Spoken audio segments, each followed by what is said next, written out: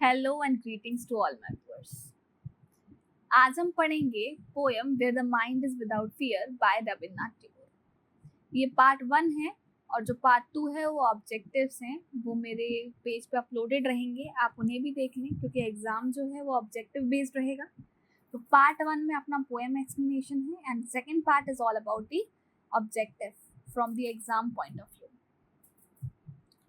So, the poem Where the Mind is Without Fear is written in 1910, जब हम गुलाम हुआ करते थे अंग्रेजों के। तो यहाँ रविन्द्रनाथ टैगोर जो हैं वो गॉड से प्रे करते हैं और बोलते हैं कि हम आज़ाद हों और हमारे पास ऐसे लोग हों जहाँ पे बिल्कुल नॉलेज फ्री हो, लोगों के माइंड में किसी चीज़ का डर ना हो और हिंदू मुस्लिम इस तरीके के भेदभाव ना हो, सब मिलजुल के और हमारा हिंदुस्तान जो है वो पूरा एक हो। So let's come to the poem. Where the mind is without fear and the head is held high, where knowledge is free. Rabindranath Tagore कहते हैं कि गुलामी के बाद जब हमें आज़ादी मिलेगी तो वहाँ पे लोगों का माइंड कैसा होगा? विदाउट फियर, किसी चीज़ का डर नहीं होगा। And the head is held high, लोग डिग्निटी के साथ अपना सर ऊंचा करके चलेंगे। Where the knowledge is free, जहाँ नॉलेज फ्री रहेगा, ऐसा नहीं है सिर्फ अपर कास्ट के लोग ही पढ़ सकते हैं, जहाँ सबको इक्वल राइट्स मिलेंगे, सबको इक्वल नॉलेज मिलेगा।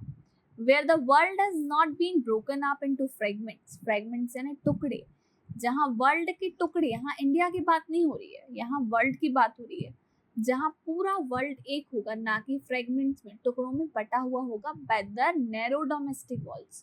नैरो डोमेस्टिक वॉल्स यहाँ पे कौन सी वॉल्स हैं?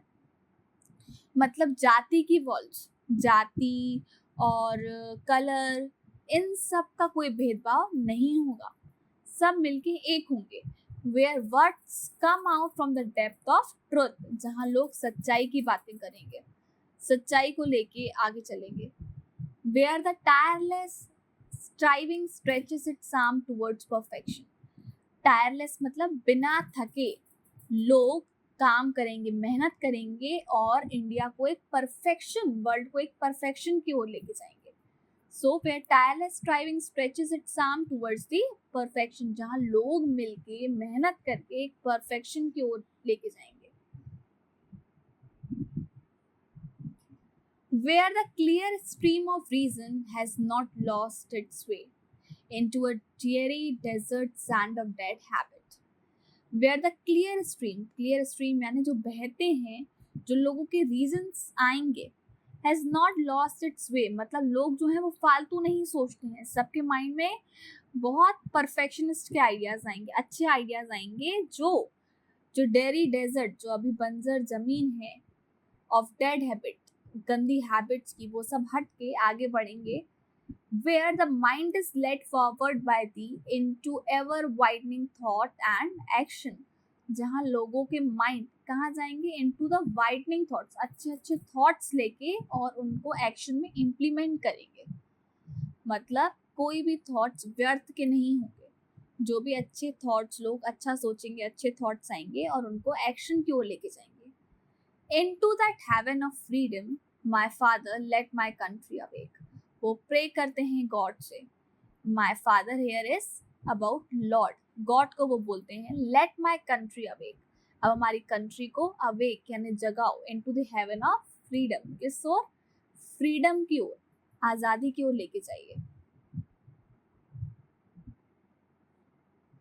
Okay, so that was all about the poem. Hope you understand it well. Content बनाने में बहुत मेहनत लगती है, आपका एक लाइक, सब्सक्राइब और share as a appreciation token रहेगा मेरे लिए, जो मुझे और ज़्यादा मोटिवेट करेगा और अच्छे वीडियोस आपके लिए लाने में। Thanks for watching my video, keep reading, stay updated, bye bye.